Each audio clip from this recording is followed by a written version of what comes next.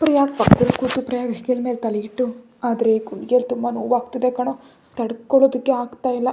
ಅವಳು ಕಣ್ಣು ತೆರೆದ ಮೇಲೆ ನಿಜವಾಗಿಯೂ ಅವಳಿಗೆ ಹೊಡೆದೇ ಬಿಡ್ತೀನಿ ನೋಡು. ಮಾಮೂಲಾಗಲ್ಲ. ಇಷ್ಟು ವರ್ಷಗಳು ನನ್ನನ್ನು ಬೇರ್ಪಡಿಸಿದ್ದಕ್ಕೆ, ನನ್ನ ಮಗಳನ್ನು ದೂರ ಇಟ್ಟಿದ್ದಕ್ಕೆ ಅವಳಿಗೆ ಈ ಮಾತ್ರ ಶಿಕ್ಷೆ ಬೀಳಲೇಬೇಕು ಅಂತ ಕಣ್ಣೀರು ಹಾಕ್ತಾ ಹೇಳ್ದ. ಅವಳಿಗೆ ಶಿಕ್ಷೆ ಆಗಬೇಕು ಅಂತ ಅಂದ್ಕೊಂಡ್ರೆ ನೀವ್ಯಾಕೆ ಬಾವ ಅಳ್ತಾ ಇರೋದು? ಅಳಬೇಡಿ, ಸಾನ್ವಿಯನ್ನು ಅಳಿಸಿ. ಪಾಪ ಹುಚ್ಚಿ ಅಲ್ವಾ ಅವಳು, ನೀವು ಅಳಿಸಿದ್ರೂ ಅಳ್ತಾಳೆ ಹೊರತು ಎದುರು ಮಾತಾಡಲ್ಲ ಅಂತ ಅಂತಿದ್ರೆ ಅಳಿಸ್ತೀನಿ. ಒಂದೇ ಒಂದು ಬಾರಿ ಅವಳನ್ನ ಕಣ್ಣು ತೆರೆಯೋದಕ್ಕೆ ಹೇಳು. ಅವಳು ವಿಷಯ ತೀರಿಸ್ತಿದ್ರೆ ನನ್ನ ಹೆಸರು ದೇವ್ ಅಲ್ವೇ ಅಲ್ಲ ಅಂತ ಕಣ್ಣೀರನ್ನು ಒರೆಸ್ಕೊಂಡ ದೇವ್ ಹಾಗೆ ಹಿಂದಕ್ಕೆ ವಾಲಿ ನಿದ್ರೆಗೆ ಜಾರ್ದ. ಪ್ರಿಯಾಗೆ ನಿದ್ರೆಯೇ ಬರದಂತೆ ಸಾನ್ವಿಯ ಬೇಸರ ಅವನ ಮನಸ್ಸನ್ನು ಕಲಕ ಹಾಕ್ತಿತ್ತು. ಆ ಸಾಮತ್ನನ್ನು ಸ್ವತಃ ತಾನೇ ಕೈಯಾರೆ ಕೊಲ್ಲಬೇಕನ್ನಿಸ್ತಿದ್ರು ಆ ಚಾನ್ಸ್ ತನಗೆ ದೇವ್ ಕೊಡಲ್ಲ ಅಂತ ತಿಳಿದು ಸೈಲೆಂಟಾಗಿ ಹಾಗೆ ಹಿಂದಿದ್ದಂಥ ಗೋಡೆಗೆ ತಲೆಯನ್ನು ಒರಗಿಸಿ ಕಣ್ಮುಚ್ಕೊಂಡ. ಮರುದಿನ ಬೆಳಿಗ್ಗೆ 5 ಗಂಟೆ ಸಮಯದಲ್ಲಿ ನಿಧಾನವಾಗಿ ಕಣ್ತೆರೆದ ಸಾನ್ವಿಗೆ ತಾನು ಮೊದಲು ಎದ್ದಿದ್ದಾಳೆ ಅಂತ ಅರ್ಥನೇ ಆಗಲಿಲ್ಲ. ಸುತ್ತಲೂ ನೋಡುವಾಗ ಪಕ್ಕದಲ್ಲೇ ಸಲೈನ್ ಸ್ಟ್ಯಾಂಡ್ ಕಾಣಿಸಿದ್ರಿಂದ ಆಸ್ಪತ್ರೆಯಲ್ಲಿದ್ದಾಳೆ ಅಂತ ಈಸಿಯಾಗಿ ಅರ್ಥ ಮಾಡಿಕೊಂಡು, ನನ್ನನ್ನು ಯಾಕೆ ಆಸ್ಪತ್ರೆಗೆ ಅಡ್ಮಿಟ್ ಮಾಡಿದ್ರು ಅಂತ ಸುತ್ತಲೂ ನೋಡ್ತಿದ್ದ ಅವಳಿಗೆ ಯಾರೂ ಕಾಣಿಸ್ದೇ ಇದ್ದದ್ರಿಂದ ವಿರಕ್ತಿಯಿಂದ ನಕ್ತು, ನನ್ನನ್ನು ಬಿಟ್ಬಿಟ್ರಾ? ಬಿಡದೆ ಇನ್ನೇನು ಮಾಡ್ತಾರೆ ಹೇಳಿ? ನಾನು ಮಾಡಿದ್ದು ಏನಾದರೂ ಸಣ್ಣ ತಪ್ಪ? ಎಷ್ಟು ಬೇಸರ ಪಡಿಸ್ದೆ ಅವ್ರನ್ನ. ಎಷ್ಟೋ ಬಾರಿ ಬಾವ ಕೇಳಿದ ಏನೋ ಮುಚ್ಚಿಡ್ತಿದ್ಯಾ ಅಂತ. ಆವಾಗಲೇ ಹೇಳಿದಿದ್ರೆ ಚೆನ್ನಾಗಿರ್ತಿತ್ತೋ ಏನೋ. ಆದರೆ ಆ ಸಮರ್ಥ್ ಎಷ್ಟು ಹೆದರಿಸಿದ್ದ ನನ್ನನ್ನು ಅಂತ ಸಮರ್ಥ್ನನ್ನು ನೆನಪಿಸ್ಕೊಳತ್ಲೇ ದೇಹದಲ್ಲಿ ನಡುಕ ಹುಟ್ಟಿದ್ರಿಂದ ಸೈಲೆಂಟಾಗಿ ಕಣ್ಣನ್ನು ಮುಚ್ಕೊಂಡು ತನ್ನ ಆಸರೆಗೆ ಇನ್ನು ಯಾರೂ ಬರಲ್ಲ ಅಂತ ಮೈಂಡ್ನಲ್ಲೇ ಫಿಕ್ಸ್ ಮಾಡಿಕೊಂಡ್ಳು ಸಾನ್ವಿ. ಇಷ್ಟರಲ್ಲೇ ದೇವ್ ನಿಧಾನವಾಗಿ ಡೋರ್ ತೆಗೆದುಕೊಂಡು ಒಳಗೆ ಬಂದ. ಇನ್ನು ಕಣ್ಣು ಮುಚ್ಕೊಂಡೇ ಇದ್ದ ಸಾನ್ವಿಯನ್ನು ನೋಡಿ ನಿಧಾನವಾಗಿ ಅವಳ ಪಕ್ಕದಲ್ಲಿ ಕೂತು ಸಾನ್ವಿಯ ಕೈಯನ್ನು ತನ್ನ ಕೈಯೊಳಗೆ ತೆಗೆದುಕೊಂಡು, ನಿನ್ನ ಮೇಲೆ ನನಗೆ ತುಂಬ ಕೋಪ ಬರ್ತಿದೆ ಸಾನ್ವಿ. ಅದನ್ನು ಹೇಗೆ ತೀರಿಸ್ಕೊಳ್ಬೇಕು? ನೀನಿರೋ ಪೊಸಿಷನ್ನಲ್ಲಿ ನಿನ್ನ ಮೇಲೆ ಕೋಪ ತೋರಿಸೋದಕ್ಕೂ ಆಗ್ತಿಲ್ಲ ನನ್ನ ಕೈಯಿಂದ. ಹಾಗಂತ ಕೋಪವನ್ನು ಮನಸ್ಸನ್ನು ಮುಚ್ಚಿಟ್ಕೊಂಡ್ರೆ ನಾನು ನಾನಾಗಿ ಇರೋದಕ್ಕೆ ಸಾಧ್ಯನೇ ಇರೋದಿಲ್ಲ. ನಿನ್ನನ್ನು ಏನು ಮಾಡಲಿ ಹೇಳು? ನನ್ನನ್ನು ಹುಚ್ಚನಾಗಿ ಮಾಡಿದೆ ಅಲ್ವಾ? ನೀನು ಹೇಳೋ ಪ್ರತಿಯೊಂದು ಮಾತನ್ನು ನಂಬ್ತಿದ್ದೀನಿ ಅಂತ ನನ್ನನ್ನು ಹುಚ್ಚನಾಗಿ ಮಾಡಿ ಆಟ ಆಡಿಸ್ಬಿಟ್ಟೆ ಅಲ್ವಾ? 4 ವರ್ಷ ನೀನು ಬೇಸರ ಪಡ್ತಾ ನಮ್ಮನ್ನು ಕೂಡ ಬೇಸರ ಪಡಿಸ್ದೆ ನೀನು ಅಂತ ಕೋಪದಿಂದ ಹಿಡಿದ್ಲೇ ಸಾನ್ವಿಯ ಕೈಯನ್ನು ಗಟ್ಟಿಯಾಗಿ ಹಿಡ್ಕೊಂಡು, ಆದರೆ ನೀನು ಪಟ್ಟ ಕಷ್ಟವನ್ನು ನೆನಪಿಸ್ಕೊಂಡ್ರೇ ಮನಸ್ಸೆಲ್ಲ ಭಾರವಾಗಿ ಹೋಗ್ತಾ ಇದೆ ಕಣೆ ಸಾನ್ವಿ. ಯಾಕೊಬ್ಬಳೆ ಇಷ್ಟೊಂದು ನೋವನ್ನು ತಗೊಂಡೆ ನೀನು? ಒಂದು ಕ್ಷಣವೂ ನನ್ನ ಬಗ್ಗೆ ಯೋಚನೆ ಮಾಡಲಿಲ್ವ ನೀನು? ನನ್ನ ಭಾವನ ಹತ್ರ ಹೇಳಿದ್ರೆ ಯಾವುದೇ ಸಮಸ್ಯೆ ಏನಾದರೂ ತಕ್ಷಣ ಸಾಲ್ವ್ ಮಾಡ್ತಾನೆ ಅನ್ನೋ ನಂಬಿಕೆ ಹೊರಟೋಯ್ತಾ ನಿನಗೆ ನನ್ನ ಮೇಲೆ? ಯಾಕೆ ನೀನು ನನ್ನ ಮೇಲೆ ನಂಬಿಕೆ ಇಡಲಿಲ್ಲ ಸಾನ್ವಿ ಆಗ? ಹಾಗಂದ್ಕೊಂಡಿದ್ದವಳು ಸ್ನೇಹ ವಿಷಯದಲ್ಲಿ ನಾನು ಮಾಡಿದ್ದನ್ನು ನೆನಪು ಮಾಡ್ಕೊಳ್ಬೇಕಿತ್ತು ಅಲ್ವಾ? ಆವಾಗಲಾದರೂ ನಿನಗೆ ನಂಬಿಕೆ ಬರ್ತಿತ್ತೇನೋ ಅಲ್ಪ ಸ್ವಲ್ಪ ಆದರೂ ನನ್ನ ಮೇಲೆ ಅಂತ ಕಣ್ಣೀರಿನಿಂದ ಕೈಯನ್ನು ಒದ್ದೆ ಮಾಡ್ತಾ ಇದ್ದರೆ ಸಾನ್ವಿ ಬೇಸರದಿಂದ ಕಣ್ಣನ್ನು ತೆರೆದು ಬಾವ ಅಂತ ಕರೆದ್ಲು. ತಕ್ಷಣ ದೇವ್ ಸಾನ್ವಿ ಕೈಯನ್ನು ಬಿಟ್ಬಿಟ್ಟ. ಕಣ್ಣೀರನ್ನು ಒರೆಸ್ಕೊಂಡು ಯಾವುದೇ ಭಾವನೆ ಇಲ್ಲದೆ ಸಾನ್ವಿ ಕಡೆ ನೋಡ್ದ.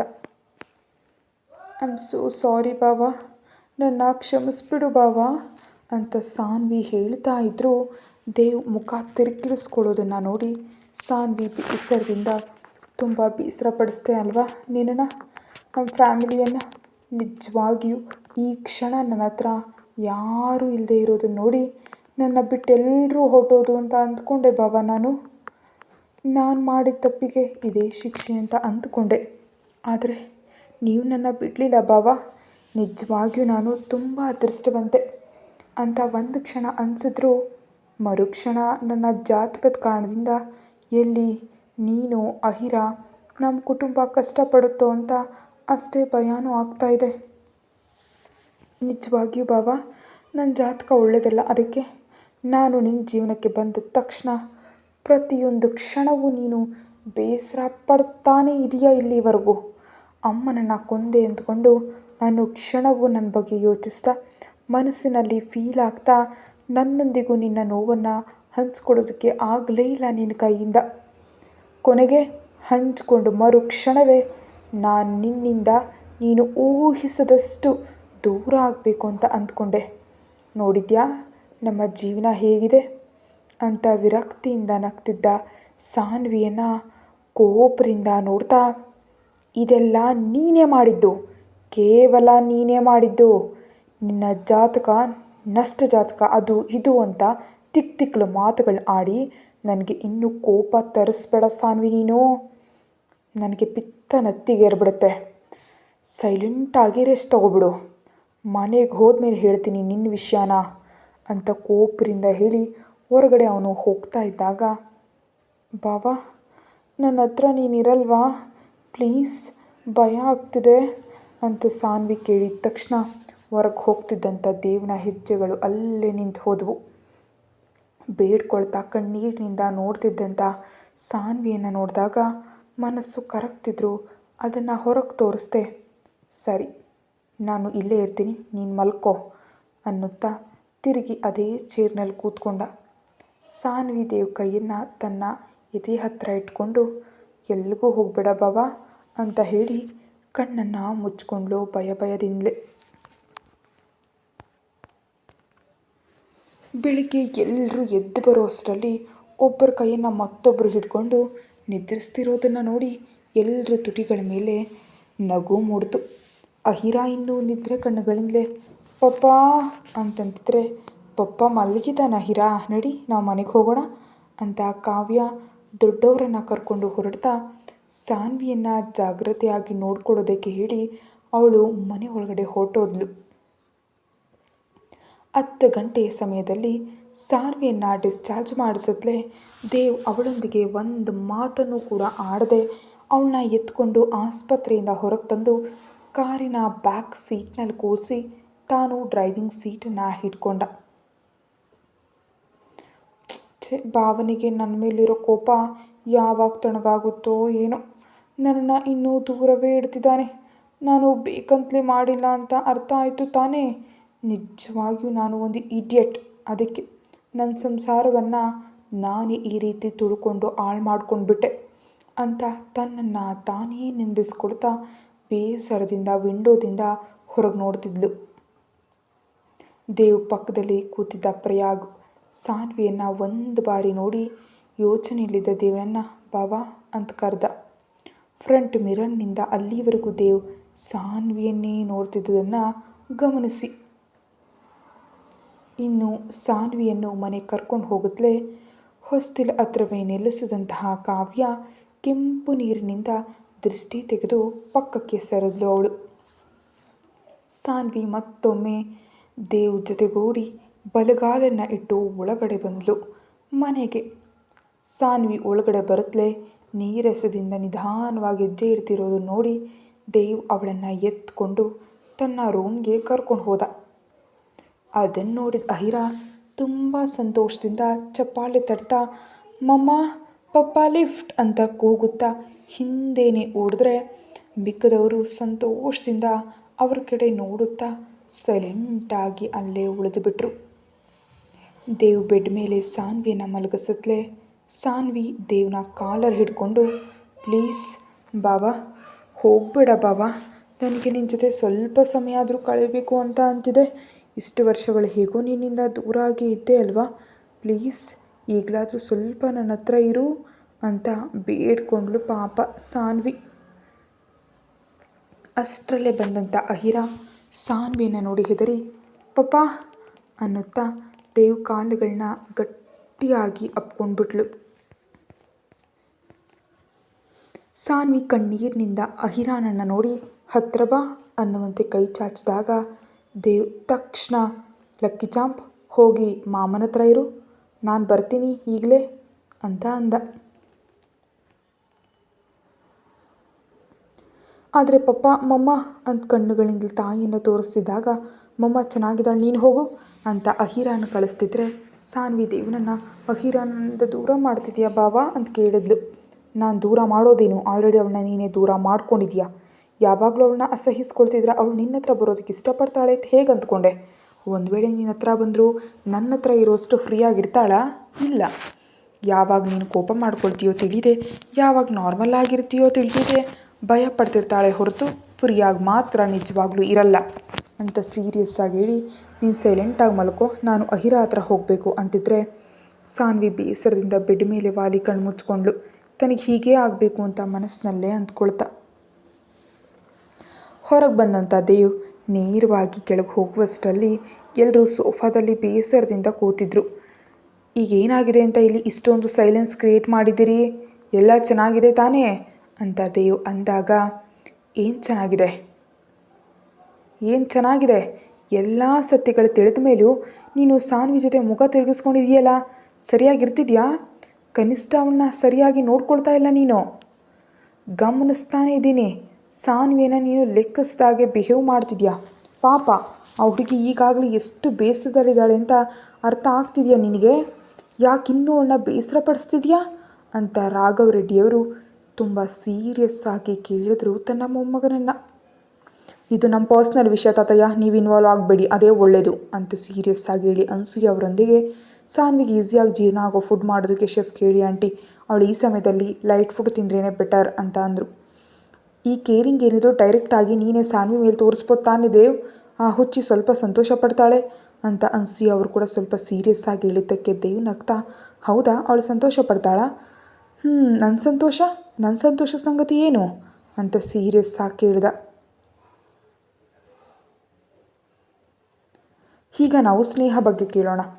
ಸಾನ್ವಿ ಹುಟ್ಟೂರಿನಲ್ಲಿ ಲಾಕ್ ಆಗಿ ಹೋಗಿದ್ದ ಸ್ನೇಹ ರಾಮ್ ರೆಡ್ಡಿ ಮತ್ತು ರಮಣಿ ಮೂವರು ಹೀಗಾದರೂ ಅಲ್ಲಿಂದ ತಪ್ಪಿಸ್ಕೊಳ್ಬೇಕು ಅಂದ್ಕೊಂಡಿದ್ರು. ಆದರೆ ಊರು ದಾಟೋ ಮಾರ್ಗ ಇಲ್ಲದೆ ದಾಟಿದ ಮೇಲೆ ಎಲ್ಲ ಬದುಕಬೇಕಂತ ತಿಳಿದೆ ಪಿಕ್ಕುತ್ತಾ ಕೆಲವು ದಿನಗಳು ಅಲ್ಲೇ ಕಳೆದ್ರು.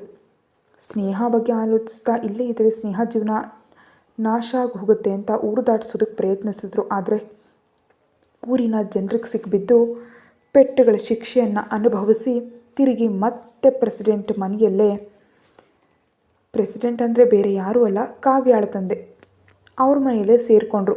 ಆಗ ಹೇಳಿದ್ರು ರಮಣಿ, ಹೇಗಾದರೂ ಮಾಡಿ ಪ್ರೆಸಿಡೆಂಟ್ ಮಗನ ಬುಟ್ಟಿಗೆ ಹಾಕೋ ಸ್ನೇಹ, ಅವನೇನಾದರೂ ನಿನ್ನ ಪ್ರೀತಿಯಲ್ಲಿ ಬಿದ್ದ ಅಂದರೆ ನೀನು ಈಸಿಯಾಗಿ ನಿಂದು ತಪ್ಪಿಸ್ಕೊಳ್ಬೋದು, ಆಮೇಲೆ ನಿನಗಿಷ್ಟ ಬಂದ ಜೀವನ ನಡೆಸಬಹುದು, ಅವನ್ನ ಒಂದು ಬಕ್ರ ಮಾಡಿ ನೀನು ಇಷ್ಟ ಬಂದಾಗ ಆಡಿಸ್ಬಹುದು ಅಂತ ಎನ್ಕರೇಜ್ ಮಾಡಿದ್ಲು.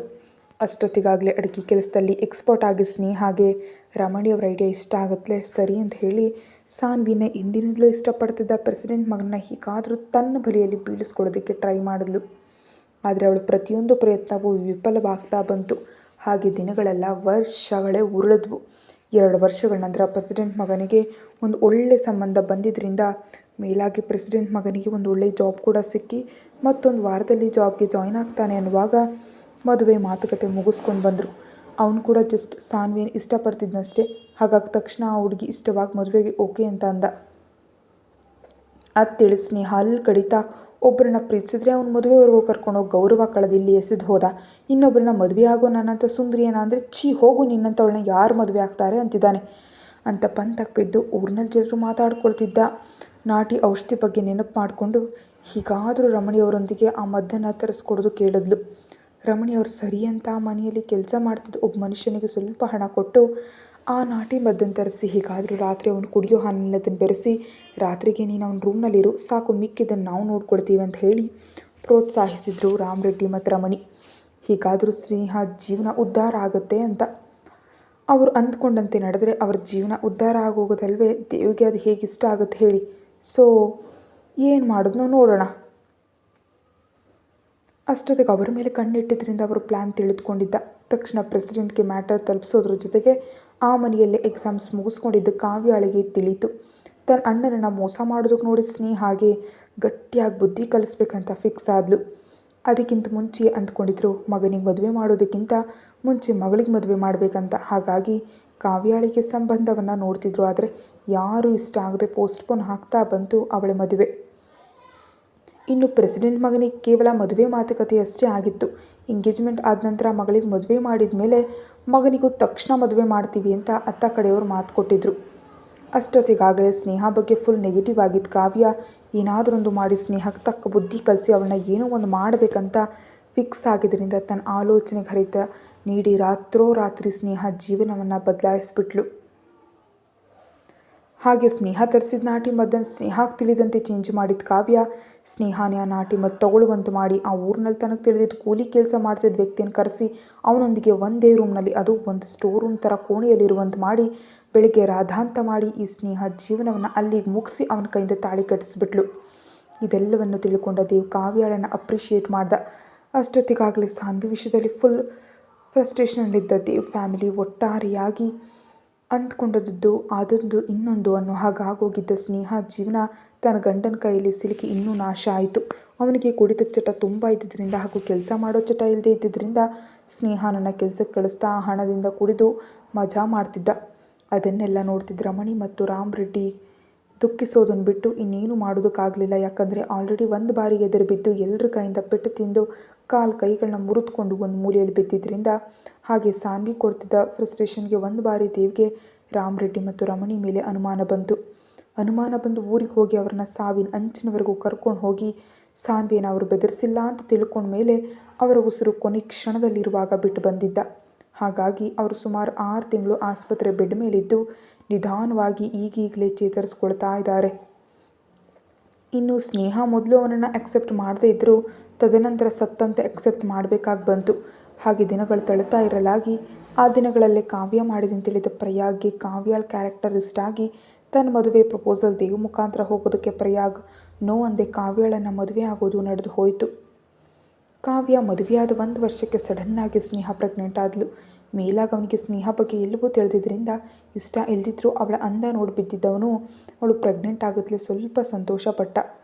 ಕಾವ್ಯ ಪ್ರೆಗ್ನೆಂಟ್ ಆಗತ್ಲೆ ಆ ಜೀವನದ ಮೇಲೆ ವಿರಕ್ತಿ ಬಂದಿದ್ದರಿಂದ ಇನ್ನು ಅವನನ್ನು ಕಳ್ಕೊಳ್ಬೇಕು ಅಂತ ಫಿಕ್ಸ್ ಆಗಿ ಡಿವೋರ್ಸ್ ಬೇಕು, ಇಂಥ ಗಂಡ ನನಗೆ ಬೇಡ ಅನ್ನುತ್ತಾ ರಂಪಾಟ ಮಾಡಿದ್ಲು. ಈಗ ಎಲ್ಲದಕ್ಕೂ ಬೆತ್ತಲಾಗಿ ನಿಂತ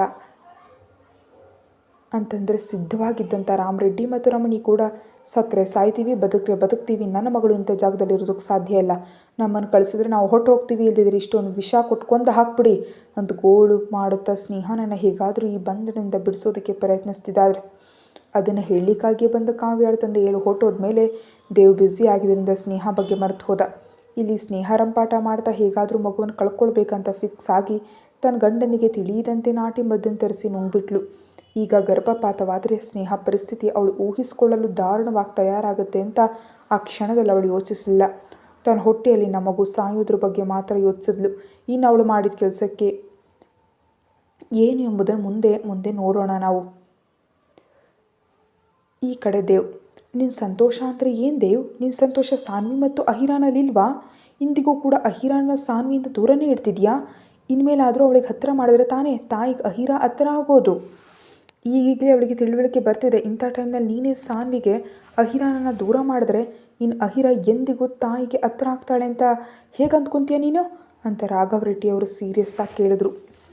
ಯಾವಾಗ ಏನು ಮಾಡಬೇಕು ಅಂತ ನನಗೆ ಗೊತ್ತು ತಾತಯ್ಯ, ನೀವು ಹೇಳಬೇಡಿ ಪ್ಲೀಸ್.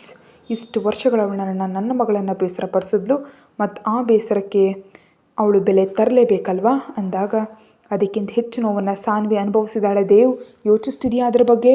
ಅವಳಿನ್ನೂ ಡಿಪ್ರೆಷನ್ನಲ್ಲಿದ್ದಾಳೆ. ನಿನ್ನ ನಡವಳಿಕೆಗೆ ಇನ್ನೂ ಡಿಪ್ರೆಷನ್ಗೆ ಹೋಗಿ ಸೂಸೈಡ್ ಯೋಚನೆ ಮಾಡಿದ್ರೆ ಏನು ಮಾಡಬಲ್ಲೆ? ನಾಳೆ ದಿನ ಗೊತ್ತಿಲ್ಲದವಳು ನಮ್ಮಿಂದ ದೂರ ಆದರೆ ತಡ್ಕೊಳ್ಬಲ್ಯಾ ಅಂತ ಸೀರಿಯಸ್ ಆದರು ರಾಘವ್ ರೆಡ್ಡಿ ಅವರು. ದೇವ್ ಅಷ್ಟಕ್ಕೂ ತನ್ನ ಹಠ ಬಿಡದೇ ಇದ್ದಿದ್ದರಿಂದ ಅವಳು ಸಾಯು 1 ಸೆಕೆಂಡ್ ಮುಂಚೆ ಆದರೂ ಅವಳ ಪ್ರಾಣ ನನ್ನ ಕೈಲಿ ಹೋಗುವಂತೆ ನೋಡ್ಕೊಳ್ತೀನಿ ತಾತಯ್ಯ. ಯಾಕಂದರೆ ಅವಳು ಸತ್ರು ಬದುಕಿದ್ರು ಅವಳು ನನ್ನ ಕೈಯಲ್ಲೇ ಇರಬೇಕು. ಅವಳಿಷ್ಟಕ್ಕೆ ಅವಳು ಬದುಕೋದಕ್ಕೆ ಸಾಧ್ಯ ಇಲ್ಲ. ಈ ಕ್ಷಣದಿಂದ ಅವಳು ನನ್ನ ಬಂದಿ ಅಂತ ಗಂಭೀರವಾದ ಧ್ವನಿಯಲ್ಲಿ ಹೇಳಿದ್ದೇವು. ಅಹಿರಾ ಕಡೆ ನೋಡುವಷ್ಟರಲ್ಲಿ ಅಹಿರಾ ಬಿಕ್ಕುತ್ತಾ ಎಲ್ಲರ ಕಡೆ ಭಯದಿಂದ ನೋಡ್ತಿರೋದನ್ನು ಕಂಡು, ಲಕ್ಕಿ ಚಾಂಪ್ ನೀನು ಹೋಗಿ ಆಟಾಡಿ ಹೋಗು ಅಂದ. ಅನ್ಸೂಯ ಅವರ ಕಡೆ ನೋಡ್ತಾ ಕಾವ್ಯ ನಾನು ಕರ್ಕೊಂಡು ಹೋಗ್ತೀನಿ ಅನ್ನುತ್ತಾ ಅಹಿರಾಳನ್ನು ಕರ್ಕೊಂಡು ಪ್ಲೇಯಿಂಗ್ ರೂಮ್ಗೆ ಹೊರಟು ಹೋದ್ಲು. ಹಾಗಾದರೆ ನಿನ್ನ ಫೈನಲ್ ಡಿಸಿಷನ್ ಏನು ದೇವ್? ನೀನು ನಮಗೆ ಸರಿಯಾಗಿ ಏನನ್ನೂ ಹೇಳ್ತಿಲ್ಲ. ನಿನ್ನ ಲೈಫ್ನಲ್ಲಿ ನಾವು ಕೂಡ ಇದ್ದೀವಿ, ಆ ವಿಷಯ ಮರಿಬೇಡ. ನೀನು ಏನೇ ಡಿಸಿಷನ್ ತೊಗೊಂಡ್ರೂ ಈ ಕುಟುಂಬದ ಗೌರವ ಹೋಗದಂತೆ ನೋಡ್ಕೋ ಸಾಕು ಅಂತ ರಾಘವ್ ರೆಡ್ಡಿಯವರು ಗಂಭೀರವಾಗಿ ಹೇಳಿದ್ರು. ಇಷ್ಟು ವರ್ಷಗಳು ಅವಳು ನನ್ನನ್ನು ದೂರ ಇಟ್ಟಿದ್ದಾಳೆ, ಅದಕ್ಕೆ ನಮ್ಮ ಗೌರವ ಹೋಗುವಂತೆ ನಮ್ಮ ರಿಲೇಷನ್ ಹೊರಗೆ ಹಾಕಿದ್ದೀವ ನಾವು? ಇಲ್ಲ ತಾನೇ ತಾತಯ್ಯ? ಈಗಲೂ ಅಷ್ಟೇ, ಅವಳು ಡಿಪ್ರೆಷನಲ್ಲಿರುವಾಗ ಸಾಯೋ ಆಲೋಚನೆ ಮಾಡಲಿ, ಐ ಡೋಂಟ್ ಕೇರ್. ಆದರೆ ನನ್ನ ಪನಿಷ್ಮೆಂಟ್ ಕೊಡದೇ ಇರೋದಕ್ಕೆ ನನಗಾಗಲ್ಲ. ನನ್ನ ಮನಸ್ಸು ಪಟ್ಟು ನೋವು, ನನ್ನ ಮಗಳು ಪಟ್ಟ ಭಯ ಅವಳಿಗೆ ತಿಳಿಯಬೇಕು ತಾನೇ. ಇನ್ನೊಂದು ಬಾರಿ ನನ್ನ ಹತ್ರ ಯಾವುದೇ ಸತ್ಯ ಮುಚ್ಚಿಡಬೇಕಂದ್ರೂ ಅವಳಿಗೆ ನಡುಕ ಬರಬೇಕು. ಆ ಮಾತ್ರ ಭಯ ಹುಟ್ಟಿಸ್ತಿದ್ರೆ ನಾಳೆ ಇನ್ಯಾರೋ ದಾರಿಯಲ್ಲಿ ಹೋಗೋನು ಬಂದು ನಿನ್ನ ಗಂಡನನ್ನು ಕೊಲ್ತೀನಿ, ನಿನ್ನ ಕುಟುಂಬವನ್ನು ಮುಗಿಸ್ಬಿಡ್ತೀನಿ, ನಿನ್ನ ಗಂಡಿನಿಂದ ದೂರ ಹೊಟ್ಟು ಹೋಗಂದರೆ ಓಡುತ್ತಾ ಮತ್ತೊಮ್ಮೆ ನನ್ನಿಂದ ಇನ್ನೊಂದು ಬಾರಿ ದೂರ ಹೊಟ್ಟು ಹೋಗ್ತಾಳೆ. ಅದನ್ನು ನಾನು ಬರ್ಸೋದಕ್ಕಾಗಲ್ಲ ತಾತಯ್ಯ ಅಂತ ಗಂಭೀರವಾಗಿ ಹೇಳಿ, ಆಂಟಿ ಸ್ಟ್ರಾಂಗ್ ಕಾಫಿ ಪ್ಲೀಸ್, ನನಗೆ ತುಂಬ ಹೆಡ್ಡೇಕ್ ಆಗಿದೆ ಅಂತ ಹೇಳಿ ತಲೆಯನ್ನು ಹಿಂದಕ್ಕೆ ವರ್ಗಿಸ್ತಾ ದೇವ್ ಹೇಳಿದ ಕೂಡ ಒಂದು ರೀತಿಯಲ್ಲಿ ನಿಜವೇ ಆಗಿದ್ದರಿಂದ ಇನ್ನೇನು ಮಾತಾಡೋದಕ್ಕಾಗಲಿಲ್ಲ ಉಳಿದ ಮೂವರಿಗೆ. ಅನ್ಸೂಯ ಅವರು ಹೋಗಿ ಸ್ಟ್ರಾಂಗಾಗಿ ಕಾಫಿ ಪ್ರಿಪೇರ್ ಮಾಡಿ ತರೋದ್ರೊಂದಿಗೆ ಸಾನ್ವಿಗಾಗಿ ಜ್ಯೂಸ್ ಕೂಡ ತಂದಿದ್ದರಿಂದ ನಾನು ಸಾನ್ವಿ ಹತ್ರ ಹೋಗ್ತೀನಿ ಅನ್ನುತ್ತಾ ಅನ್ಸೂಯ ಅವರು ಸಾನ್ವಿ ಹತ್ರ ಹೊರಟು ಹೋದರು. ದೇವ್ ಕಾಫಿ ಸಿಪ್ ಮಾಡ್ತಾ ತನ್ನ ಆಲೋಚನೆಗಳಿಗೆ ಹರಿತ ನೀಡ್ತಾ ಪ್ರಿಯಾ ಕಡೆ ನೋಡಿ, ನಾಳೆ ನಾವು ಊರಿಗೆ ಹೋಗಬೇಕು ಪ್ರಯು ಅಂತಂದ. ಯಾವ ಊರಿಗೆ ಬಾವಾ ಅಂತ ಪ್ರಿಯಾ ಕಣ್ಣು ಸಣ್ಣದು ಮಾಡಿ ಹೇಳಿದಾಗ, ನಿಮ್ಮ ಮಾವನವ್ರ ಊರಿಗೆ ಅಂತಂದ ದೇವ್ ಗಂಭೀರವಾಗಿ. ಕತೆ ಮುಂದುವರಿಯುತ್ತೆ. ಹೆಚ್ಚಿನದಕ್ಕಾಗಿ ಚಾನಲ್ಗೆ ಮೆಂಬರ್ಶಿಪ್ ತಗೊಳ್ಳಿ. Thank you.